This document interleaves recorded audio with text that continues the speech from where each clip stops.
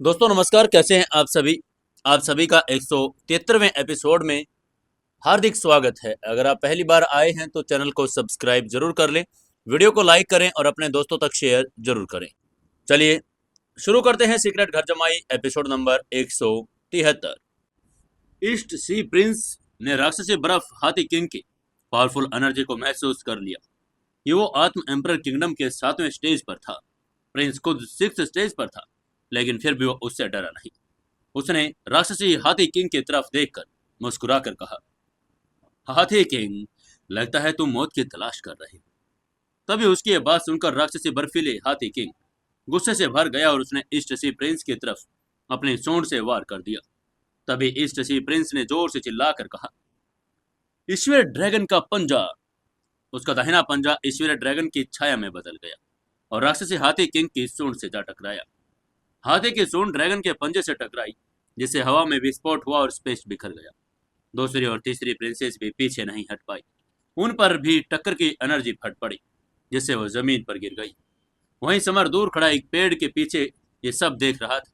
उसे लगा कि इन दोनों प्रॉब्लम से फाइट कर सकता है, लेकिन वो फाइट करने को तैयार नहीं था, क्योंकि वो इसमें टाइम वेस्ट नहीं करना चाहता था। इससे आज ड्रैगन ब्लड किसी और को मिल जाता। वहीं ईस्ट सी प्रिंस ने हाथी किंग से व्यंग करके कहा, हाथी किंग, अब तुम्हारा अहंकार कहाँ गया। हाथी किंग ने अपने दाहिने पैर से जमीन पर जोर प्रहार कर दिया और चीख मारी। अपने विशाल पैरों से ईस्ट सी प्रिंस को रोन दिया और उसे हाथी किंग द्वारा स्वर्ग और पृथ्वी को रोदना कहा गया। आगे से ईस्ट सी प्रिंस जोर से चिल्लाया, ईश्वरीय ड्रैगन का पंजा, एक पंजा स्वर्ग और पृथ्वी को विभाजित कर दे। हवा के बीच एक विशाल ईश्वरीय ड्रैगन का निर्माण हुआ और उसने राक्षसी बर्फ हाथी किंग पर अपने भयानक पंजे बल के साथ मारे। दोनों एक बीच टक्कर भयानक हो गई, लेकिन कोई भी बढ़त हासिल नहीं कर पाया। तभी राक्षसी हाथी किंग ने अपनी दूसरी तकनीक का इस्तेमाल किया और कहा, हाथी पहाड़ों और नदियों को तोड़ देता है, और उसने प्रिंस पर वार कर दिया।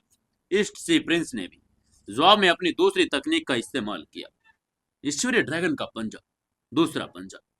उनकी ये टक्कर ये भयानक धमाके के साथ हो गई, जिसे आसपास का वातावरण चकनाचूर हो गया। तभी ईस्ट सी प्रिंस ने राक्षसी हाथी किंग से व्यंग करके कहा, मूर्ख हाथी, तुम्हारे हमले बहुत कमजोर हैं, तुम मुझे नहीं मार सकते। तभी राक्षसी हाथी किंग ने अपना मुंह खोला और एक सफेद राक्षसी गोली थूक दी, जो फुटबॉल के आकार की थी और अत्यंत प्रबल पावर वाली थी। ईस्ट सी प्रिंस ने राक्षसी हाथी किंग की तरफ हाथ हिलाया और वेस्ट दिशा में भाग गया। उसने हाथी से कहा, मूर्ख हाथी, चलो चलो किसी और स्थान पर चलते हैं। ईस्ट सी प्रिंस नहीं चाहता था कि उसकी बहनों को चोट पहुंचे, इसलिए उसने राक्षसी बर्फ हाथी किंग को नहीं कहीं और फंसा दिया और 2 किलोमीटर पश्चिम की ओर बढ़ते हुए उसने एक ड्रैगन की हड्डी निकाली, जो राक्षसी गोली से भिड़ गई। समर वहीं से थोड़ी दूर पर कुछ देख रहा था। तभी उसे कदमों की कुछ आहट सुनाई दी। नॉर्थ सी के प्रिंस हेमंत अपने लोगों के साथ उसी तरफ आ रहा था। जब तीसरी प्रिंसेस को एहसास हुआ कि कोई उसकी तरफ आ रहा है, जब तक बहुत देर हो चुकी थी। हेमंत ने अपने लोगों को साथ दोनों प्रिंसेस को घेर लिया और उन्हें बुरी तरह से घूरने लगे। उसको देखते ही तीसरी प्रिंसेस का चेहरा सुंदर से बदल गया। उसने गुस्से में चिल्लाकर कहा, हेमंत, तुम क्या करने वाले हो? तुमने हमें क्यों घेरा? हेमंत एक हैंडसम आदमी जिसकी आंखें बड़ी शैतानी लग रही थी। उसने थोड़ा ठंडे स्वर में कहा, तीसरी प्रिंसेस, तुम मुझे बहुत पसंद हो, बस अब मेरी गर्लफ्रेंड बन जाओ।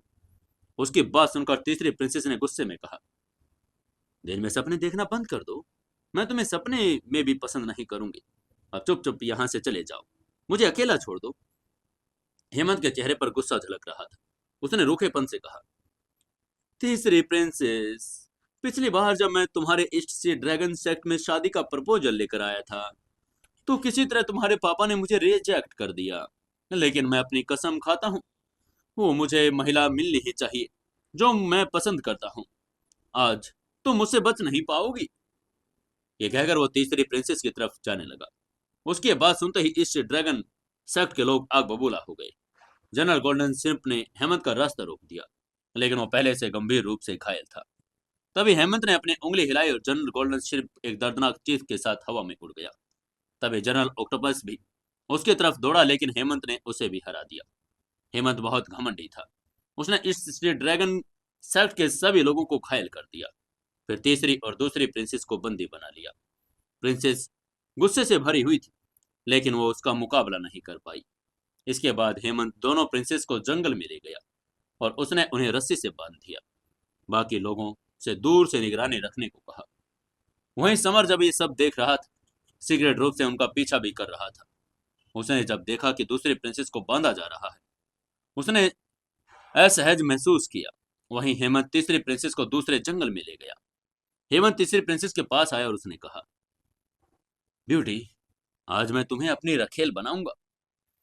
तभी तीसरी प्रिंसेस ने उसको धमकी देकर कहा, हेमंत, तुम बहुत बेशर्म हो। अगर तुमने मेरे साथ कुछ ऐसा वैसा करने की हिम्मत की तो मेरे भाई और पापा तुम्हें जिंदा नहीं छोड़ेंगे। लेकिन आगे से हेमंत ने मुस्कुरा कर कहा, तुम्हारा भाई हाथी किंग के साथ फाइट में बिजी है, उसके पास तुम्हारा ख्याल रखने का समय नहीं, इसलिए मेरे साथ चलो, मैं तुम्हारा अच्छे से ख्याल रखूंगा। हेमंत तीसरी प्रिंसेस के पास आया और उसके हाथों को ढके हुए कपड़ों को फाड़ दिया। उसकी बर्फ जैसी सफेद त्वचा दिखाई देने लगी। समर ने पीछे से यह नजारा देखा। उसने हेमंत को धीरे से गाली देकर कहा, कितना बेशर्म आदमी है, एक औरत को धमका रहा है। जब समर हेमंत को कोस रहा था तो उसका बायां पैर एक शाखा पर पड़ गया, जिसे चटकने की आवाज आई। और ये सुनते ही नॉर्थ से प्रिंस का चेहरा बदल गया। उसने समर की दिशा में देखकर कहा, कौन है, कौन है वहां? उसका सवाल सुनते ही समर चेहरे पर एक मुस्कुराहट के साथ बाहर आया। उसने उसकी तरफ देखकर कहा, हेमंत, तुमने नॉर्थ सी ड्रैगन सेक्ट के प्रिंस होते हुए भी ईस्ट सी ड्रैगन सेक्ट की दो प्रिंसेस को किडनैप किया। तुम सच में बुरे आदमी हो। उसकी बात सुनकर हेमंत ने एक ठंडी मुस्कान के साथ कहा, समर, मैं तुम्हें जानता हूं। क्या ईस्ट सी प्रिंस के साथ तुम्हारे संबंध खराब नहीं? फिर भी तुम तीसरी प्रिंसेस को बचाने की कोशिश कर रहे हो। समर ने मुस्कुराकर उसकी बात का जवाब देकर कहा, मैं तुम्हें अच्छी खबर सुनाऊंगा, लेकिन तुम इसे सुनकर रोने मत लग जाना। उसकी बात सुनकर हेमंत उलझन में पड़ गया। उसको समझ नहीं आ रहा था कि समर क्या कहना चाहता है। तभी उसके चेहरे की उलझन देखकर समर ने मुस्कुराकर आगे कहा, ईस्ट सी प्रिंस मेरा साला है और तीसरी प्रिंसेस मेरी गर्लफ्रेंड। तुम प्यार में बिल्कुल हारे हुए हो। तुम्हें बस कोने में छिप कर जाना चाहिए। दूर से तो हमें रोमांस करके देखकर जलना चाहिए। उसकी बात सुनकर हेमंत इतने गुस्से में भर गया कि उसके नथुनों में धुआं निकलने लगा। उसने गंभीर भाव से तीसरी प्रिंसेस से पूछा, तीसरी प्रिंसेस, मुझे बताओ कि तुम समर की गर्लफ्रेंड नहीं हो?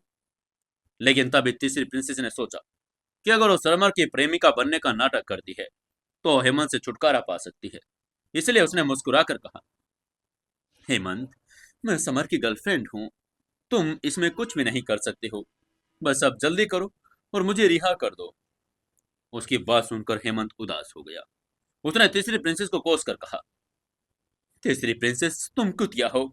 मैं नॉर्थ सी का प्रिंस हूँ। समर की तुलना में मेरे में क्या कमी है, मुझे बताओ ना। तीसरी प्रिंसेस ने जोर से जवाब देकर कहा, तुम बदमाश कचरा, तुम समर की एक उंगली के बराबर भी नहीं हो। मेरा बॉयफ्रेंड समर सबसे अच्छा है। मैं समर की गर्लफ्रेंड बनकर बहुत खुश भी हूँ। ये कहते हुए उसने नाटक करते हुए समर को प्यार भरी नजरों से देखा। उसकी इन प्यार भरी नजरों को देखकर समर ने अपनी आंखें घुमाई।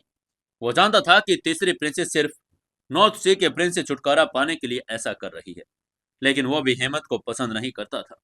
तभी नॉर्थ सी प्रिंस ने अहंकार के साथ कहा, समर, क्योंकि तुमने यहां आने की गलती की, इसलिए तुम यहां से जिंदा बाहर नहीं जा पाओगे। लेकिन तभी समर ने तीसरी प्रिंसेस की तरफ घूमकर हेमंत की तरफ देखना बंद कर दिया। इससे जाहिर था कि समर नॉर्थ सी के प्रिंस को कितनी अवहेलना कर रहा था, जिसकी वजह से हेमंत का चेहरा गुस्से से और लाल हो गया। उसे इतना गुस्सा आया कि वो गुस्से से कांप रहा था। हेमंत जोर से चिल्लाया और उसने इस समर पर अपना पंच तान दिया। ये एक पावरफुल पंच था, जिसने हवा में 100 मीटर जितना बड़ा छेद कर दिया। उसके वार को देखकर ही समर ने अचानक अपना सिर घुमाया और अपनी स्ट्रेंगल हेल फिस्ट का इस्तेमाल किया। समर का पंच हेमंत के पंच से टकरा गया और एक धमाके की जोरदार आवाज आई। इस टक्कर के साथ कि समर एक कदम पीछे हट गया। नॉर्थ सी के प्रिंस की पावर बहुत ज्यादा थी, क्योंकि वो आत्म एम्परर किंगडम लेवल के 5वें स्टेज का फाइटर था, जो समर के स्टेज से 2 स्टेज ज्यादा था। तभी हेमंत की आंखों में आश्चर्य की झलक आ गई। उसने हैरान होकर धीरे से कहा, वो मेरी पंच का सामना कर सकता है?"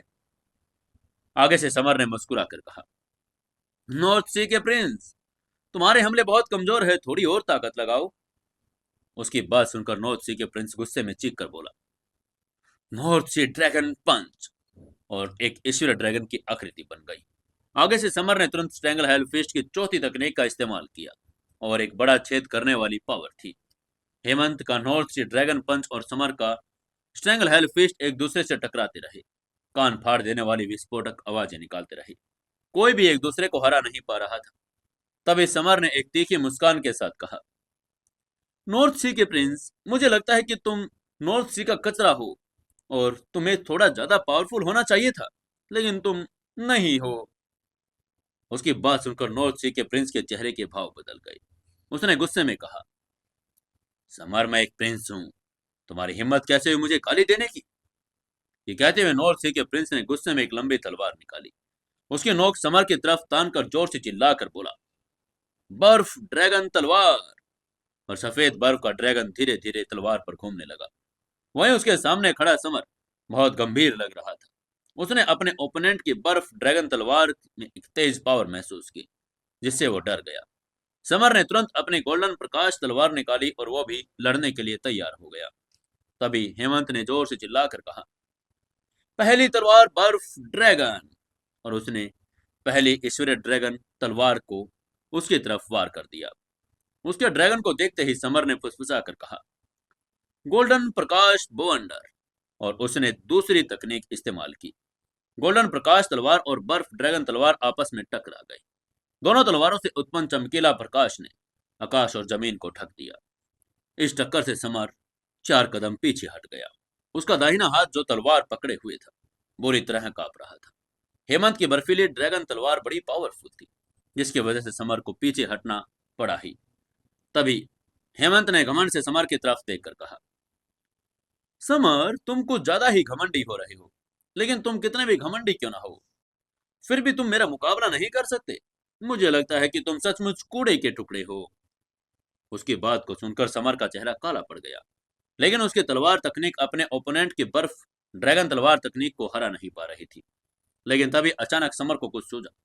उसने जोर से चिल्लाकर कहा, तीसरी परत की मुहर खोलो। और उसकी स्पिरिचुअल गोल्डन प्रकाश तलवार के अंदर चली गई और मुहर को उखाड़ फेंका। समर के मस्तिष्क में गोल्डन प्रकाश वाटरफॉल की तीसरी तकनीक की जानकारी प्रवेश कर गई। समर ने चुपचाप गोल्डन प्रकाश वाटरफॉल तकनीक की प्रैक्टिस की। हालांकि उसे लगातार पीछे धकेला जा रहा था, लेकिन फिर भी वो गोल्डन प्रकाश वाटरफॉल तकनीक को समझने के करीब पहुंच गया। 10 मिनट बाद समर ने अंततः गोल्डन लाइट वाटरफॉल तकनीक की मूल बातें समझ ली। उसे अचानक अपनी लंबी तलवार जोर से चलाई और उसकी तलवार की एनर्जी एक विशाल गोल्डन झरने में चली गई। हेमंत की तरफ उसने तेजी से झरना गिरा दिया। उसको देखते ही हेमंत का चेहरा पहली बार बदला। उसे इस तलवार की एनर्जी में झरने के दबाव का एहसास हो गया। हेमंत ने अपनी बर्फ ड्रैगन तलवार तकनीक का फिर से इस्तेमाल किया और एक विशाल बर्फ ड्रैगन बना दिया, जो एनर्जी झरने की तरफ बढ़ी। तलवार, एनर्जी, वाटरफॉल और बर्फ ड्रैगन एक साथ टकरा गए। पूरी दुनिया हिल रही थी। ऐसा लग रहा था मानो दुनिया का अंत हो गया हो। समर की तलवार एनर्जी हेमंत के हमले को रोकने में अब सक्षम थी। वहीं हेमंत और समर की फाइट को देखकर तीसरी प्रिंसेस के चेहरे के भाव बदल गए। उसने दूसरी प्रिंसेस से कहा, मेरी दूसरी बहन, क्या तुम्हें नहीं लगता कि ये समर और भी अधिक पावरफुल हो गया? दूसरी प्रिंसेस ने सिर हिलाया और कहा, हाँ, वो निश्चित रूप से और अधिक पावरफुल हो गया है। वहीं सबके हाव भाव देखकर हेमंत बड़ा गुस्से में आ गया था। वो जानता था कि जब तक उसने तुरप के पत्ते का इस्तेमाल नहीं करता, वो समर का मुकाबला नहीं कर पाएगा। तभी हेमंत ने ठंडे मुस्कान के साथ कहा, समर, मैं तुम्हें नॉर्थ सी ड्रैगन सेक्ट की असली ताकत दिखाऊंगा। हमारे खजाने का गवाह बनो।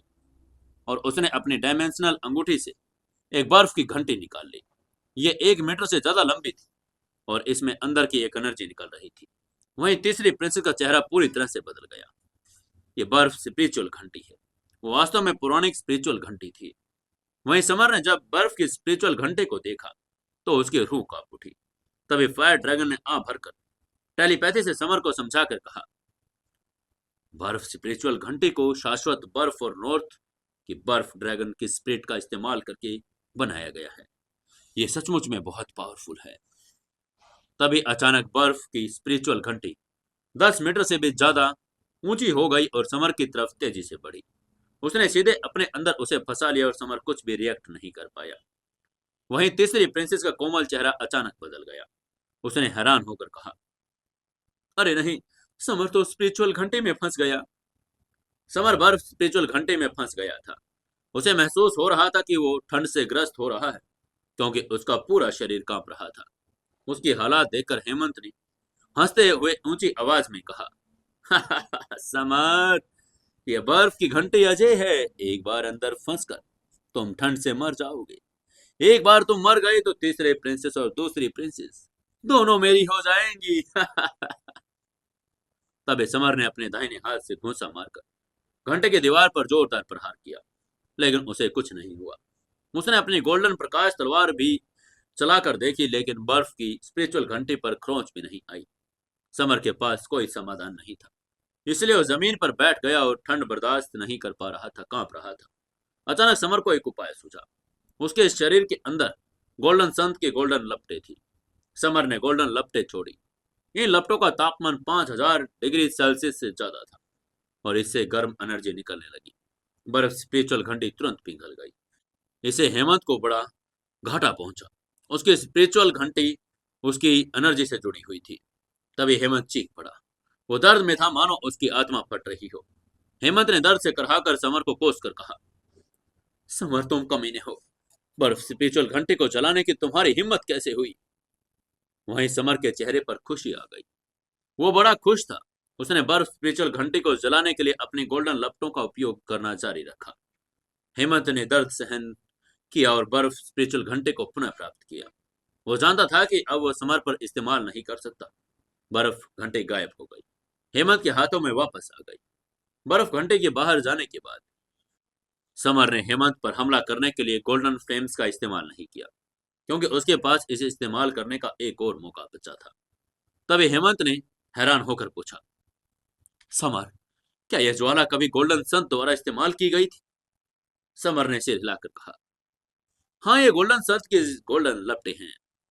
उसकी बात सुनकर हेमंत का चेहरा नाटकीय रूप से बदल गया। वो आश्चर्यचकित हो गया था।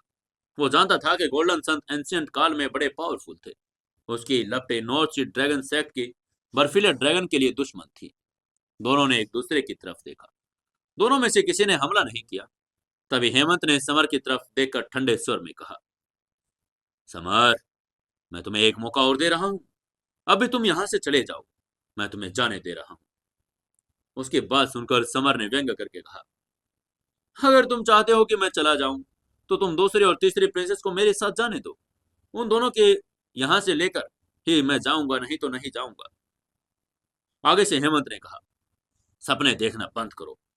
उसकी बात सुनकर समर ने ठंडे मुस्कान के साथ कहा, अगर तुम तीसरी प्रिंसेस को मेरे साथ नहीं जाने दोगे, तो इसलिए हमें फाइट जारी रखनी होगी। समर ने अचानक अपना दाहिना पंच हेमंत की तरफ घुमा दिया। उसका यह हमला एक विशाल पंच में बदलकर हेमंत के सामने आ गया। सामने से हेमंत ने ड्रैगन पंजा तकनीक का इस्तेमाल किया और उसका पंच और पंजा आपस में टकरा गए। तभी नॉर्थ सी ड्रैगन सेक्ट के लोग समर को घेरने के लिए दौड़े, लेकिन तभी समर के साथी नैना, काला पिल्ला, आकाश पक्षी सांप ने उनसे फाइट करनी शुरू कर दी। वहीं समर ने महसूस किया कि हेमंत से लड़ते हुए उसकी लाइफ पावर लगातार बढ़ रही है। उसने हेमंत को अपनी ताकत बढ़ाने के लिए एक प्रैक्टिस उपकरण के रूप में इस्तेमाल किया। अंत में समर ने अपनी फाइट के दौरान और अधिक मजबूत होकर हेमंत को पीछे हटने पर मजबूर ही कर दिया। तभी हेमंत ने अचानक फाइट करना बंद किया और उसने धीरे से कहा, समर, चलो फाइट करना बंद करते हैं। अगर हम ऐसे ही फाइट करते रहे तो हमारा इंपोर्टेंट सार इस्तेमाल कर लेंगे। अगर हम कमजोर पड़ गए तो आइस ड्रैगन ब्लड दूसरे लोग ले जाएंगे। उसकी बात को सुनकर समर ने भी फाइट करना बंद कर दिया। अब उनके बीच मेन स्ट्रैंगल तीसरी प्रिंसेस के लिए था। तभी समर ने ठंडी मुस्कान के साथ कहा, हेमंत, मैं स्थिर खड़ा रहूंगा और मैं तुम्हें मुझ पर हमला करने दूंगा। अगर मैं एक कदम पीछे हटता हूं, तो तुम तीसरी प्रिंसेस को लेकर जा सकते हो। अगर मैं पीछे नहीं हटा, तो तुम तीसरी प्रिंसेस को नहीं लेकर जा सकते। हेमंत ने तुरंत सहमति जताई और कहा, समर, मैं तुम्हारी शर्त पर सहमत हूं। चलो तीसरी प्रिंसेस के लिए फैसला एक ही चाल में कर लेते हैं। वहीं तीसरी प्रिंसेस ने उनकी बातचीत सुनी, उसका कोमल चेहरा बदल गया। वो जानती थी कि उसने एक शर्त के रूप में उसे इस्तेमाल किया। तभी समर ने मॉर्टल बॉडी, स्वर्गीय अमर मंत्र दोनों को एक साथ एक्टिवेट कर दिया। उसने हेमंत के साथ अपना बेस्ट प्रदर्शन किया। तभी हेमंत ने बुदबुदा कर कहा, नॉर्थ सी बर्फ ड्रैगन पंजा। और उसने अपना सबसे बढ़िया पंजा हासिल कर लिया और उसे समर की तरफ छोड़ दिया। तभी समर के शरीर से 3 प्रेत प्रकट हुए। स्ट्रैंगल हेल फिस्ट से राक्षसी देव प्रेत, स्वर्गीय अमर मंत्र से स्वर्गीय अमर प्रेत, हल्का गोल्डन अजय आभा के साथ पहली बार प्रकट हुआ और स्वर्ण संत प्रेत था। ये पावरफुल और प्रभावशाली स्वर्ग को भी हिला सकते थे। आसपास के लोग पहचान सकते थे कि समर के प्रेत कितने पावरफुल है। आसपास के लोग समर के 3 प्रेतों के, देव प्रेत, स्वर्गीय अमर प्रेत, स्वर्ण संत प्रेत की पावर को एहसास कर रहे थे। हेमंत को भी समर के प्रेतों का पावर एहसास हो गया। वो घबरा गया था क्योंकि उसे जरा भी शक नहीं था कि इन प्रेतों की ताकत उसके आइस ड्रैगन किंग प्रेत से जरा भी कम नहीं थी। तभी बर्फ ड्रैगन प्रेत ने ऊपर से राक्षसी भगवान के प्रेत को पंच मारा और राक्षसी देव प्रेत बड़ा पावरफुल था, हालांकि उसे नर्क में दबा दिया गया था। बर्फ ड्रैगन प्रेत का पंच राक्षसी भगवान प्रेत के टॉप पर लगा, लेकिन उसे कोई नुकसान नहीं पहुंचा पाया। राक्षसी देव प्रेत ने अपने राक्षसी देह पंच से प्रहार किया, जिसे बर्फ के ड्रैगन को कुछ कदम पीछे हटने पर मजबूर कर दिया।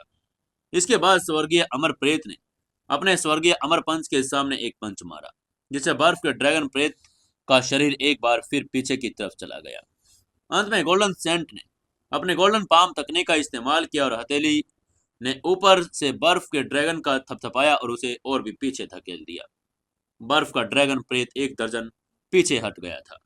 वो धुंधला होने लगा और अंततः हेमंत के शरीर में विलीन हो गया। हेमंत का चेहरा उदास हो गया था। उसके मुंह से खून निकलने लगा और वो हार गया था। तभी समर ने ठंडे स्वर में कहा, हेमंत तुम हार गए हो। तीसरी प्रिंसेस मेरी है, तुम यहाँ से जा सकते हो। उसकी बात सुनकर हेमंत बड़ा क्रोधित हुआ, लेकिन उसकी अपने और नॉर्थ सी ड्रैगन के रेपुटेशन के कारण वो विरोध नहीं कर पाया। उसने समर को ठंडी नजरों से देखा और कहा, ठीक है, तीसरी प्रिंसेस तुम्हारी है, तुम्हें उसे धमकाने की अनुमति नहीं, अन्यथा मैं तुम्हें ढूंढ लूंगा।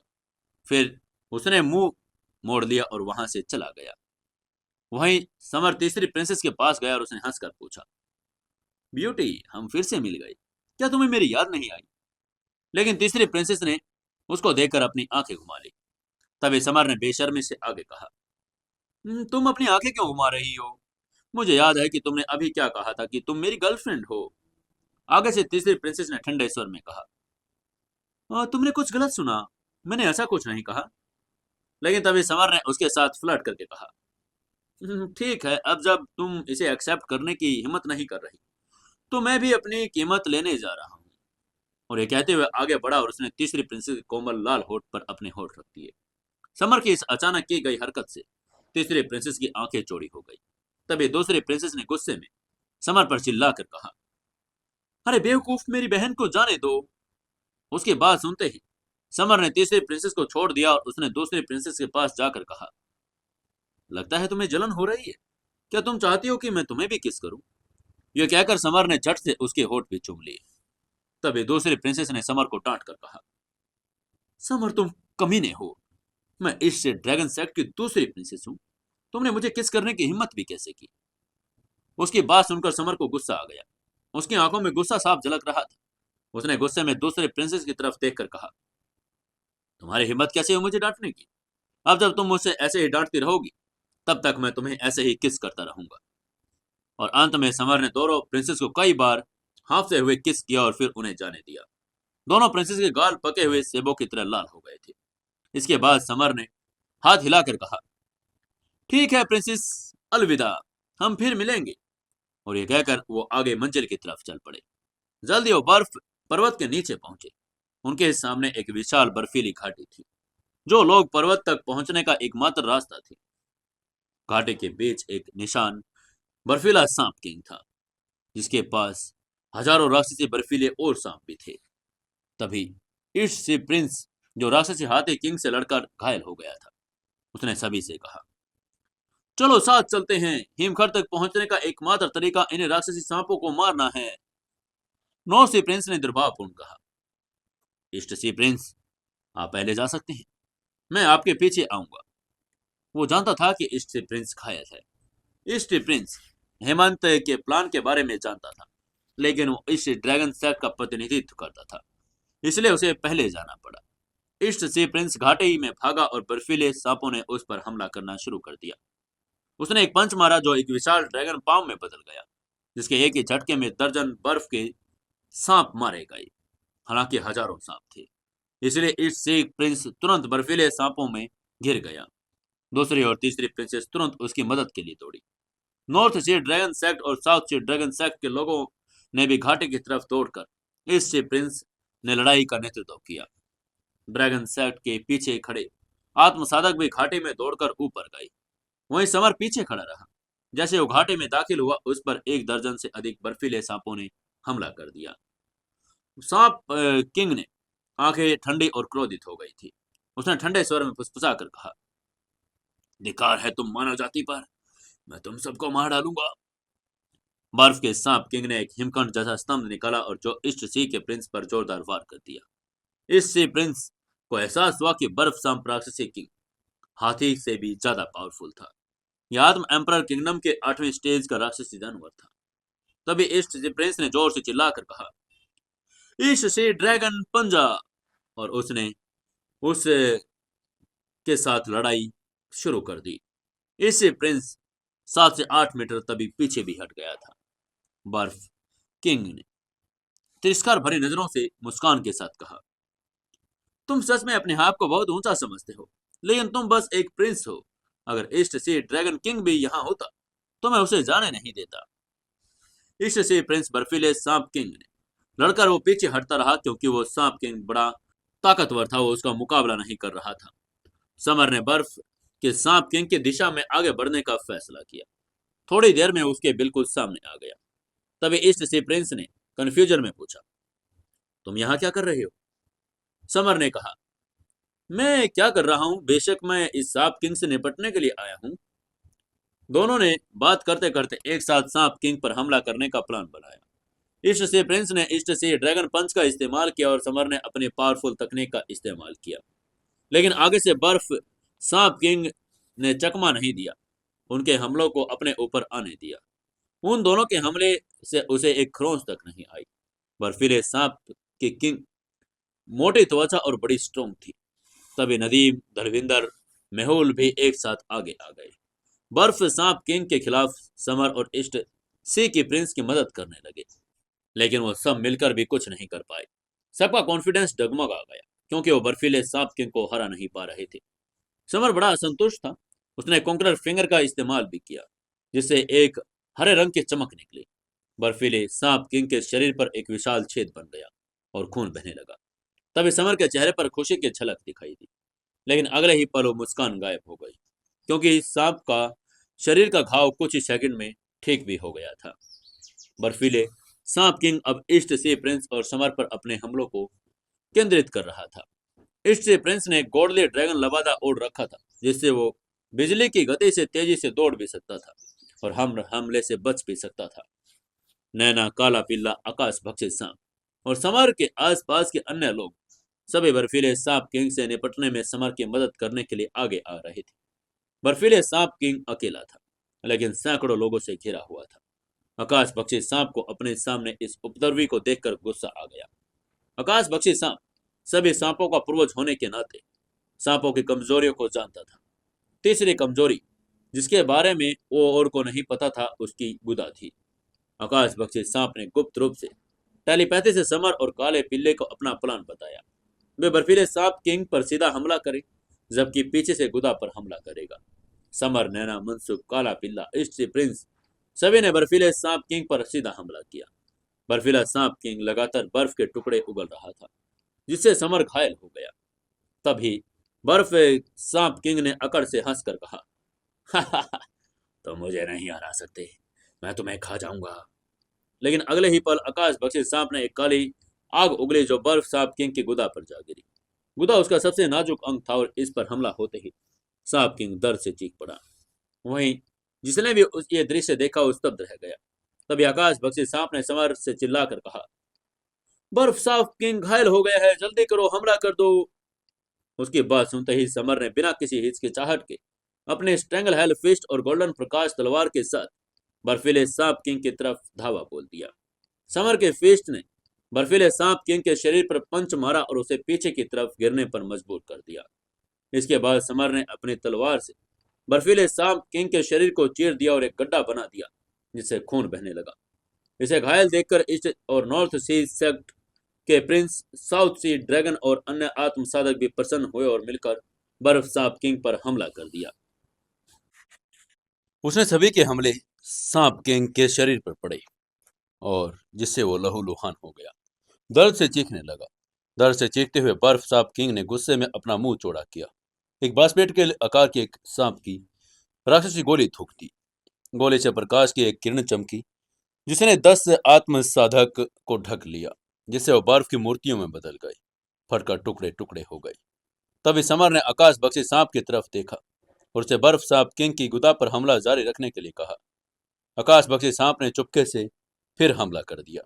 उसके हमले को करते ही बर्फ सांप किंग ने अपना ध्यान समर से हटाकर आग बख्शी सांप कर लिया।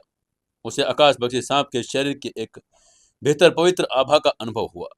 बर्फ सांप किंग ने अपनी आकाश नेत्र सुपर पावर का इस्तेमाल किया और आकाश बख्शी सांप के असली रूप की एक झलक देखी। उसने देखा कि वह सभी सांपों का पूर्वज था। बर्फ सांप किंग उत्तेजना से कांपने लगा और वो उसे खाकर अपना खून शुद्ध करना चाहता था। तभी आकाश बख्शी सांप ने चुपचाप से समर की अपनी फिंगर तकनीक से सांप किंग के दिल पर हमला करने का इशारा किया। समर ने भी उसके इशारे को समझ लिया और सिर हिलाया। उसने कॉन्कर फिंगर की दूसरी तकनीक का इस्तेमाल किया और बुदबुदाकर कहा, दूसरी फिंगर दिल को तोड़ देने वाली। समर की मिडल फिंगर से एक रोशनी की किरण निकली और एक चटक की आवाज के साथ बर्फ सांप किंग का दिल फट गया। बर्फ सांप किंग का शरीर ऊपर से गिरकर जमीन पर पड़ा और लेकिन वो फिर भी मरा नहीं था। तभी समर ने अपनी गोल्डन प्रकाश तलवार थाम ली और बर्फ सांप किंग को मारने की तैयारी करने लगा। तभी बर्फीले सांप किंग ने समर से कहा, मैं किसी दूसरे ग्रह से आया एक राक्षसी जानवर हूँ। बर्फ के अजगर के पीछे यहाँ आया हूँ। तुम मुझे नहीं मार सकते। उसकी बात सुनकर समर ने ठंडे स्वर में लापरवाही से कहा, मुझे परवाह नहीं कि तुम कौन हो, लेकिन जो कोई भी मुझे रोकने की कोशिश करेगा वो मारा जाएगा। बर्फ सांप किंग को मारने की तैयारी में समर हो चुका था। तभी अचानक बर्फीले पहाड़ की चोटी से एक सफेद रोशनी नीचे उतरी। वो बर्फीले सांप किंग को अपने साथ ले गई। सफेद रोशनी एक सफेद पंजे के आकार की थी जिसने बर्फ सांप किंग को पकड़ा और दूर ले गया। यह आइस ड्रैगन किंग का पंजा था।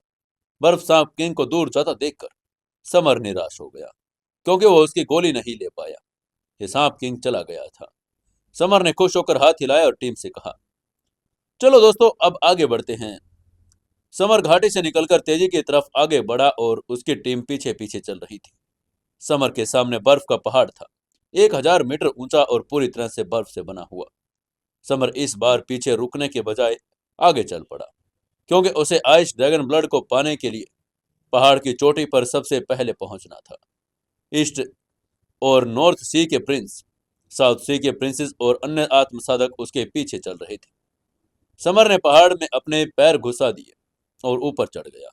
उसने महसूस किया कि बर्फ के पहाड़ से जबरदस्त प्रेशर निकल रहा था। यह आइस ड्रैगन की एनर्जी थी जो सांस लेने में मुश्किल पैदा कर रही थी। 10 मीटर चढ़ने के बाद समर को लगा कि हर कदम पिछले से ज्यादा कठिन होता जा रहा है, लेकिन ड्रैगन सेक्टों के प्रिंस और प्रिंसेस आसानी से समर से आगे निकल गए क्योंकि उनके पास ईश्वरीय ड्रैगन तकनीक थी जो ड्रैगन के दमन का प्रतिकार कर सकती थी। समर पहले स्थान से अब 15वें पर आ चुका था। समर की आंखों में चिंता झलक रही थी। तभी अचानक समर के मन में एक विचार आया। उसने चढ़ाई करना बंद कर दिया और उसने अपने शरीर में ड्रैगन ब्लड को प्रवाहित करना शुरू कर दिया। तभी समर ने देखा कि काला पिल्ला और आकाश बख्शी सांप आसानी से चल रहे हैं। इसलिए समर ने काले पिल्ले से कहा, तुम लोग पहले आगे चले जाओ, किसी को भी ड्रैगन ब्लड मत लेने देना। जब तक मैं पहुंच न जाऊं तब तक सभी को रोकने की जिम्मेदारी तुम्हारी है। उसकी बात को सुनते ही काला पिल्ला और आकाश बख्शी सांप तेजी से ऊपर चढ़ गए। वो ड्रैगन से नहीं डरते थे। वहीं समर ने अपने शरीर में ड्रैगन ब्लड को एक्टिवेट किया जिससे उसके शरीर से ड्रैगन की एनर्जी निकलने लगी। समर की स्पीड बहुत तेज हो गई थी। वो जल्द ही सबसे आगे निकल गया और उसको ऐसे जाता देखकर तीसरे प्रिंसेस ने हैरान होकर उससे पूछा, तुम इतनी तेज कैसे चल सकते हो? समर ने उसे चिढ़ाकर कहा, तुम भी कुछ खास स्लो नहीं हो। ऐसे ही एक दूसरे के साथ हंसी मजाक करने लगे। तभी मजाक करते हुए ऊपर चढ़ते समय तीसरी प्रिंसेस फिसल कर गिर गई। समर ने तुरंत रिएक्ट किया। उसने उसकी कलाई पकड़कर उसे अपनी तरफ खींच लिया और वो सीधे समर की बाहों में आ गई। उसकी बाहों में गिरते ही तीसरी प्रिंसेस का चेहरा फिर से लाल हो गया। उसने शर्मा कर कहा, मुझे छोड़ो ना। समर ने भौहें चढ़ाकर कहा, अगर मैंने तुम्हें छोड़ दिया तो तुम नीचे गिर जाओगी। वो समर ने तीसरी प्रिंसेस को गोदी में उठा लिया, बाकी के लोगों के साथ ऊपर चढ़ गया। पहाड़ की चोटी पर एक विशाल खुला मैदान था। वहां एक आइस ड्रैगन लेटा हुआ था। वो लगभग 1 किलोमीटर लंबा था और पूरे पहाड़ की चोटी को ढक रहा था। उसके उधर क्षेत्र में एक बहुत बड़ा घाव था। घाव के पास खून का एक तालाब था। वही आइस ड्रैगन ब्लड था। हर किसी की नगाह उस आइस ड्रैगन ब्लड पर थी। समर उसको देखते ही तुरंत ब्लड की तरफ बढ़ा, लेकिन हर कदम के साथ उसे ड्रैगन की आभा का प्रेशर महसूस हो रहा था। वहीं समर को ड्रैगन ब्लड की तरफ बढ़ता देखकर बाकी के आत्म साधक भी समर के पीछे ड्रैगन ब्लड की तरफ चल पड़े। समर जल्द ही आइस ड्रैगन के सामने पहुंच गया। उसे ब्लड लेने के लिए अपनी हथेली आगे बढ़ाई, लेकिन तभी उसे कुछ खतरा महसूस हुआ और तुरंत पीछे हट गया। तभी उसने एक तेज आवाज सुनाई दी। तभी एक सिल्वर बालों वाले युवक ने अपनी पीठ पर से एक धनुष खींचा और एक तेज तीर चलाया। जमीन को चीरता हुआ बर्फ के पहाड़ में 1 फुट गहराई तक धंसा और उस युवक ने सभी से ठंडे स्वर में कहा, रुक जाओ और करीब मत आओ। समर ने व्यंग से कहा, तुम कौन हो मुझे ये कहने वाले? मैं चाहूं जो कर सकता हूं, तुम मुझे कंट्रोल नहीं कर सकते। तभी उसके व्यंग भरी बातें सुनकर युवक ने धनुष फिर से खींचा और समर की तरफ एक तेज तीर फिर चला दिया। तभी समर ने अपने दाहिने हाथ की 2 उंगलियों से उस तीर को पकड़ लिया और उसे तोड़ दिया। समर की हरकत देखकर युवक ने गुस्से में आकर एक एक करके फिर से 3-4 बाण समर की तरफ चलाए। समर ने अपनी गोल्डन प्रकाश तलवार निकाली और आगे की तरफ वार कर दिया। उसने चारों तीरों को रोक दिया। इससे युवक ने और ज्यादा चिढ़कर फिर 15 बाण चला दिए। आगे से समर ने मुस्कुराकर तलवार एनर्जी वाटरफॉल एक्टिवेट किया और सबको रोक दिया। समर को हर बार अपने हमलों को आसानी से रोकता देखकर युवक ने अपने बड़ा सा धनुष उठा लिया। अपने पंच से हमला करने का फैसला किया और पंच की ताकत भयानक फोर्स के साथ समर पर टूट पड़ी। उसका यह वार देखकर समर ने भी अपनी स्टेंगल हेल फिस्ट का चौथा फिस्ट इस्तेमाल कर दिया। दोनों के पंच आपस में टकरा गए और जोरदार धमाके के साथ युवक का पंच 2 हिस्सों में टूट गया। उसका मांस और हड्डियां हवा में संपर्क में आ गई। युवक दर्द से चीख उठा। समर ने उस सिल्वर बालों वाले युवक को एक ही वार में बुरी तरह से घायल कर दिया था। तभी समर हाथ में गोल्डन प्रकाश तलवार लिए उस युवक के पास गया और बिना किसी हिचकिचाहट के उसका सिर काट दिया।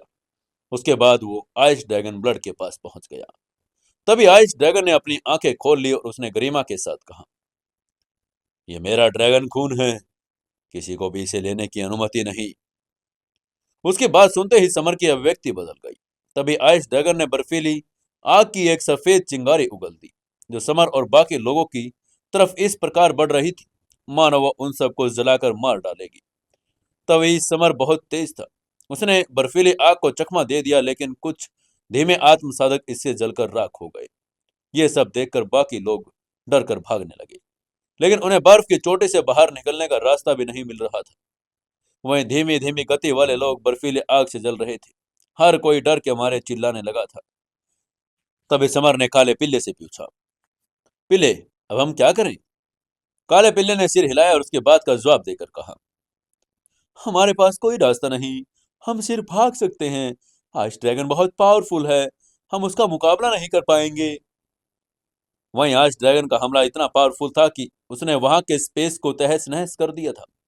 तभी समुद्र की गहराई में एक तेज आवाज सुनाई दी, जो भूकंप और सुनामी के समान जोरदार थी।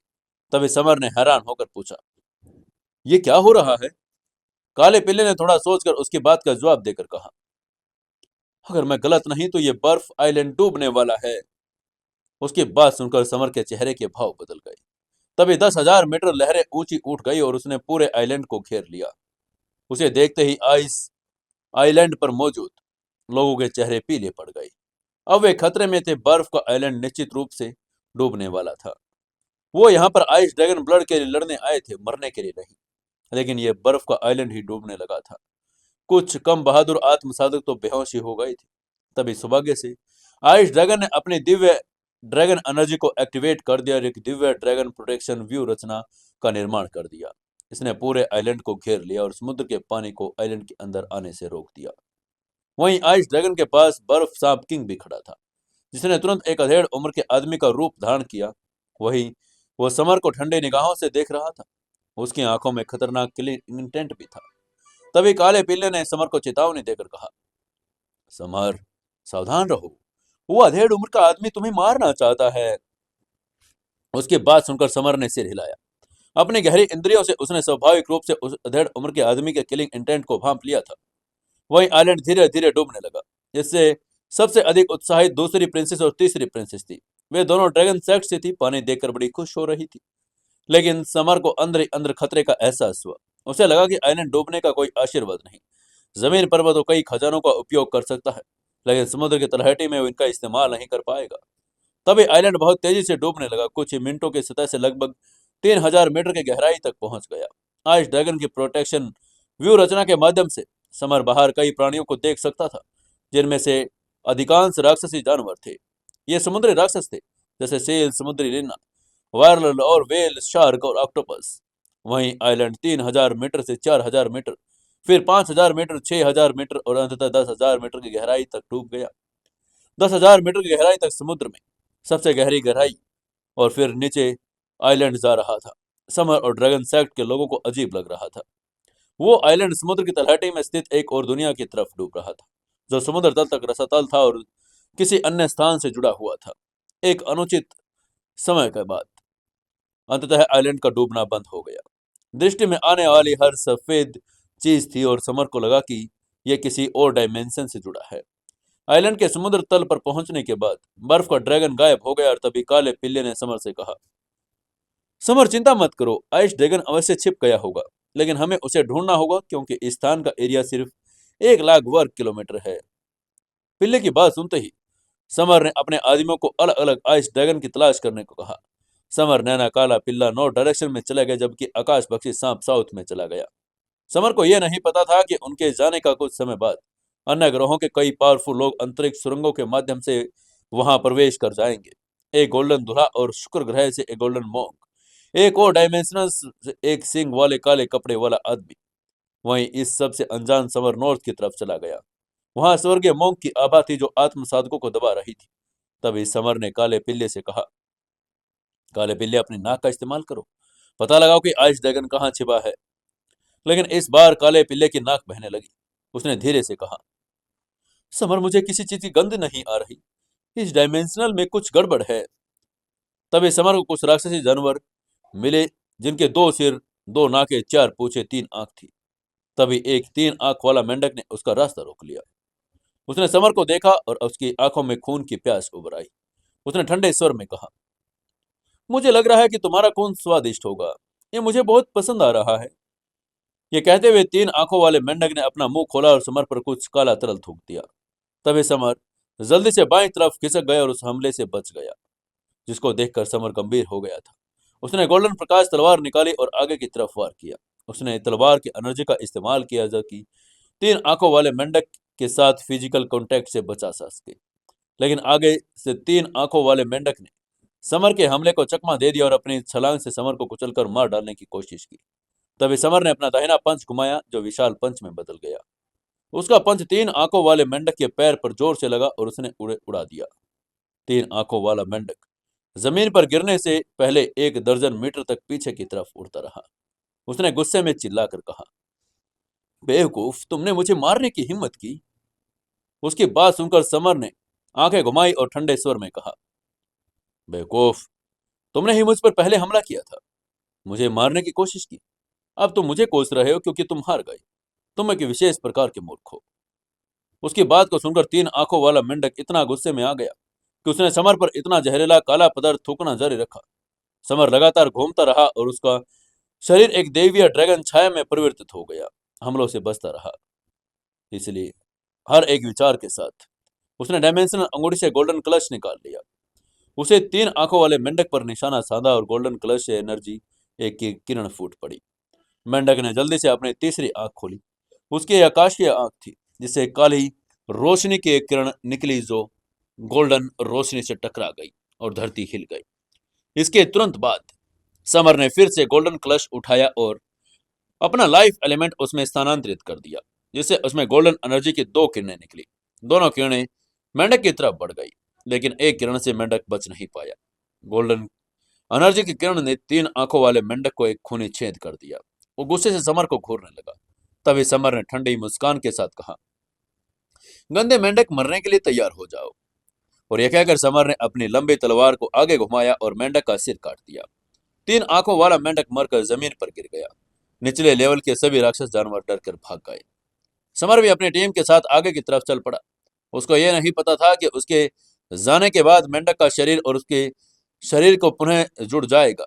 मेंढक पुनः जीवित हो गया था। मेंढक ने अपनी गर्दन पर उपचार रेखा को छूकर खतरनाक किलिंग इंटेंट के साथ समर को देखकर कहा, मानव, मैं अमर हूं। वहीं समर ने समूह को उत्तर की ओर लेकर जाया। जल्द ही उसका सामना एक अन्य क्रूर राक्षसी जानवर से हो गया। यह दो सिर वाला सांप किंग था। तभी समर ने गोल्डन प्रकाश तलवार निकाली और दो सांप किंग को टुकड़ों में काट दिया। समर ने गोल्डन कलश निकाला। गोल्डन एनर्जी के किरण छोड़कर उसके इंटरनल ऑर्गन्स नष्ट कर दिए, लेकिन सांप फिर से जीवित हो गया।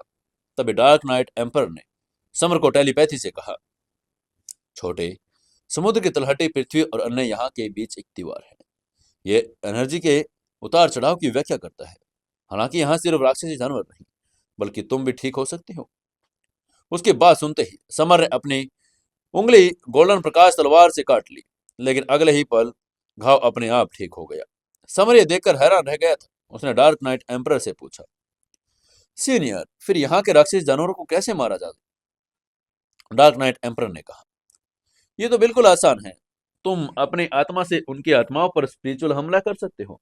वैसे मैं तुम्हें एक बात बता दूं, तीन आंखों वाला मेंढक मरा नहीं है, वो भी जल्द ही पुनर्जीवित हो जाएगा। समर डार्क नाइट एम्परर से बात कर रहा था, तभी दो सिर वाले सांप किंग ने समर को देखकर जोर से हंसकर कहा, मानो, मैं समुद्र तल के जादुई एनर्जी के कारण सुरक्षित हूँ, तुम मुझे नहीं मार सकते। उसकी बात सुनकर समर ने कहा, अच्छा ऐसा है क्या?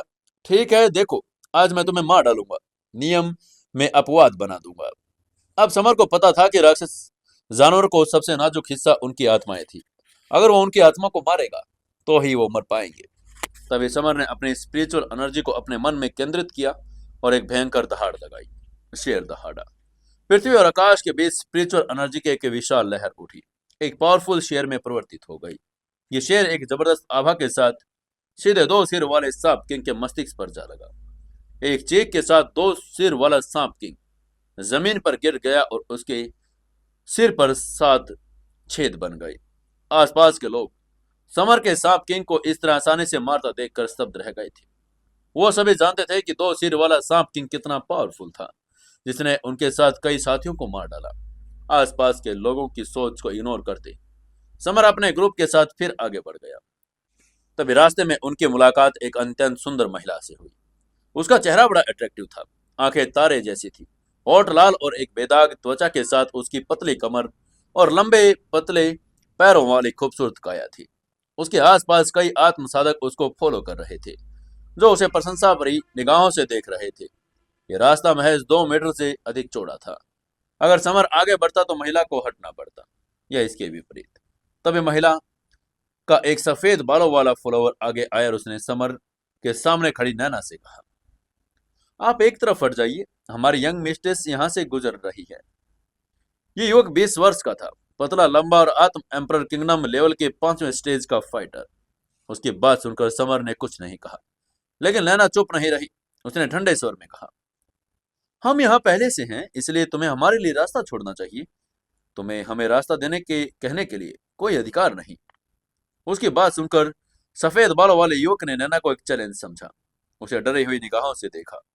नैना ने भी डर न दिखाते हुए अपनी आइस स्पिरिचुअल तलवार से हमला किया। दोनों तलवारें जोर से टकराई, जिससे आकाश और पृथ्वी के बीच को छील गया। सफेद बालों वाला युवक और नैना दोनों एक एक कदम पीछे हट गए। वे एक दूसरे को गंभीरता से देख रहे थे। वहीं यह सब देखकर समर की पुतलियां सिकुड़ गई। उसने नहीं सोचा था कि युवक इतना पावरफुल होगा। नैना से मुकाबला कर पाएगा। वहीं वो सुंदर महिला भी चकित थी। वो अपने फॉलोअर्स की ताकत जानती थी, इसलिए वो समझ गई कि नैना भी कोई नॉर्मल फाइटर नहीं। सफेद बालों वाले युवक और नैना ने कई बार एक दूसरे पर हमला किया, लेकिन समान पावर के पास वो एक दूसरे पर बढ़त नहीं हासिल कर पाए। इसी समय एक राक्षसी टाइगर किंग उस सुंदर महिला के ग्रुप से बाहर निकल कर आया। ये टाइगर किंग बड़ा पावरफुल था। हालांकि इसका मूल आकार 100 मीटर से ज्यादा था, लेकिन उसने उस महिला का पीछा करने के लिए खुद को छोटा कर लिया था। राक्षस टाइगर किंग को देखकर ही काला सबसे पहले बाहर निकला, क्योंकि वो जानता था कि नैना को इस राक्षस से निपटने का कोई एक्सपीरियंस नहीं। व्हाइट टाइगर किंग ने काले पिल्ले को देखा, ठंडे स्वर में कहा, हट जाओ, अपने लोगों को हमारे रास्ते से हटा लो ताकि हम यहां से गुजर जाएं।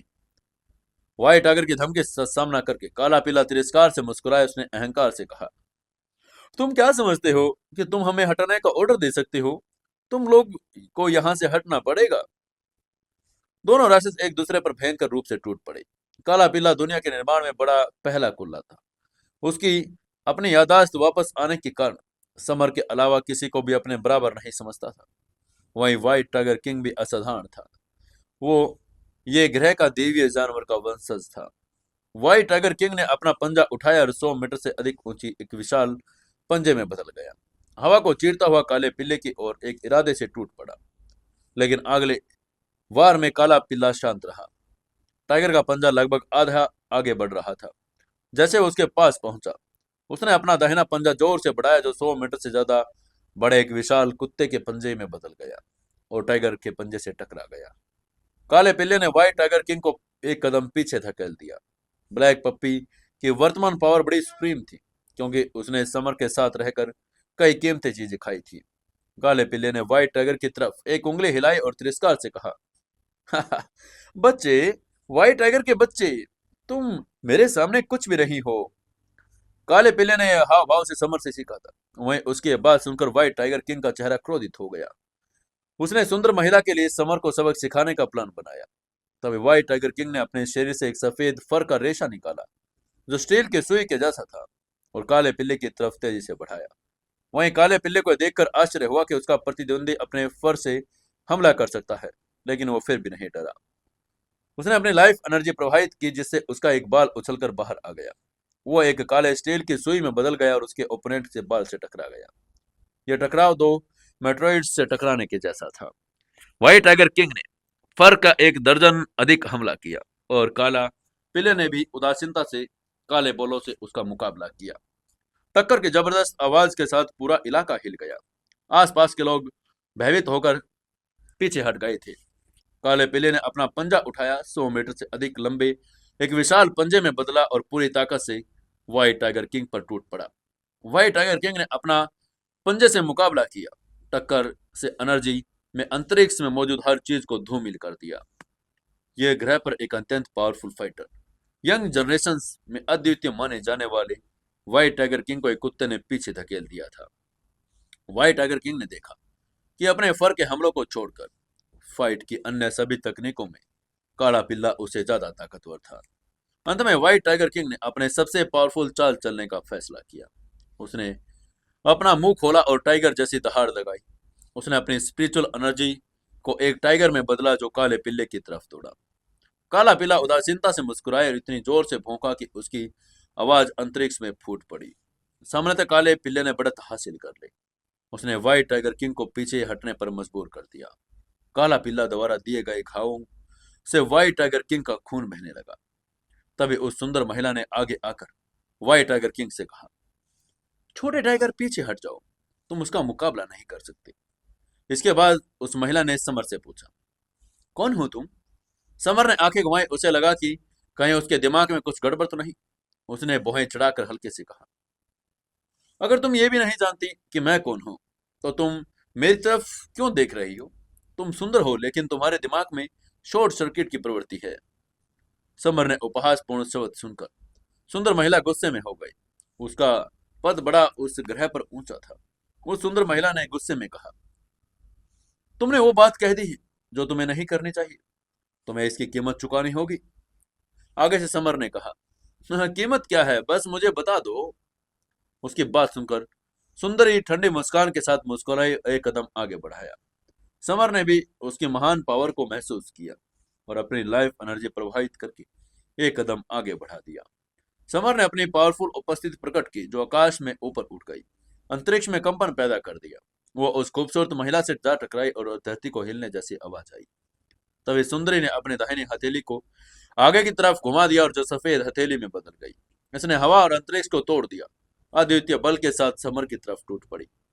हथेली का वार बेहद पावरफुल था। एक ही थप्पड़ से विस्फोट हुआ और आसपास के एरिया में एक ब्लैक होल बन गया, जिसने अपने आसपास की हर चीज को अपने में समेट लिया। समर ने अपनी सतर्कता कम करने की हिम्मत की। उसने महसूस किया कि यह महिला ईस्ट सी ड्रैगन के प्रिंस से कमजोर रही थी। समर ने बुदबुदा कर कहा, चौथी फिश आकाश को चीर देती है। सुंदर महिला की हथेली समर के पंच पर जोरदार धमाके के साथ टकरा गई और आसपास का स्थान टुकड़ों में नष्ट हो गया। इस टक्कर के साथ समर 4 कदम पीछे हट गया। हाथ में दर्द महसूस करके उसका शरीर हल्के से हिल गया। वो खूबसूरत औरत बड़ी ताकतवर थी, समर से कहीं ज्यादा। हालांकि समर ने स्ट्रैंगल फिस्ट का इस्तेमाल किया, फिर भी पीछे हटना पड़ा। समर ने उस महिला के पावर को देखकर थोड़ा हैरान होकर कहा, ओह, आत्म एम्पर किंगडम के 8वें स्टेज की फाइटर। हमले में आदान प्रदान से समर को पता चला कि महिला उससे कम से कम 5 स्तर ऊपर की है। वहीं सुंदर महिला भी दंग रह गई। वो आत्म एम्पर किंगडम के 7वें स्टेज के राक्षस जानवर को एक थप्पड़ में मार सकती थी, लेकिन समर जो महज तीसरे स्टेज पर था, वो न तो मरा और न ही घायल हुआ, बस कुछ कदम पीछे हटा। सुंदर महिला ने हल्की सी मुस्कान के साथ समर की तरफ देखकर कहा, तुम्हारी पावर प्रभावशाली है, तुम मेरे हमले को रोकने में कामयाब रहे, तुम्हारी तकनीक जरूर पावरफुल है। वो चालाक थी, वो जानती थी कि समर उसे 5 स्टेज नीचे है, फिर भी वो एक थप्पड़ में उसे पीछे ही हटा पाई। उसके चेहरे पर एक संदेह और उत्साह की झलक थी। वो खुद एम्परर लेवल की तकनीक की प्रैक्टिस करती थी, वास्तव में अमर लेवल की तकनीक सीखने के लिए तरस रही थी। खूबसूरत औरत ने अपना पंच हिलाकर उसे एक विशाल हथेली में बदला और फिर अपनी हथेली एक बार फिर समर की तरफ उठा दी। हथेली बहुत बड़ी थी, कम से कम 200 मीटर लंबी। उसमें भयंकर पावर जो अंतरिक्ष को नष्ट कर सकती थी। उसने समर पर जोरदार थप्पड़ मारा। समर का चेहरा गंभीर हो गया। वो जानता था कि खूबसूरत औरत ने अपनी पूरी ताकत लगा दी। उसे भी मुकाबला करने के लिए अपनी पूरी पावर झोंकनी होगी। समर ने अपना शरीर में लाइफ एनर्जी का संचार किया। उसने अपने पंच में समेटा और 100 मीटर लंबा पंच बनाकर महिला की हथेली की तरफ घुमा दिया। साथ ही समर ने अपने शरीर के भीतर गोल्डन एनर्जी को प्रभावित किया और उसे पंच के साथ मिलाकर महिला के हथेली के हमले का सामना करवा दिया। विशाल हथेली और गोल्डन पंच जोरदार धमाके के साथ टकराए। जमीन हिल गई, आसपास की हवा कांप उठी, हवा गायब हो गई। आसपास के आत्मा तेजी से पीछे हट गए। जो धीमे थे वो हवा के झोंकों से घायल हो गए। कुछ दुर्भाग्यशाली डायमेंशनल फ्रेगमेंट्स द्वारा काट दिए गए और चूस लिए गए। इस बार समर 1 दर्जन कदम पीछे हट गया था। उसने अपनी सभी पावर और गोल्डन एनर्जी का इस्तेमाल कर लिया, लेकिन पावर में अंतर बहुत ज्यादा था। इस हमले के साथ उसका चेहरा पीला पड़ गया। उसके होठों पर खून के निशान थे और उसे हल्की चोटें भी आई थी। क्या समर इसका मुकाबला कर पाएगा? क्या उस महिला को हरा पाएगा या नहीं? जानने के लिए जुड़े रहिए अपनी कहानी सीक्रेट घर जमाई के साथ। दोस्तों, कहानी को ज्यादा से ज्यादा शेयर करें, कमेंट करें और लाइक जरूर करें।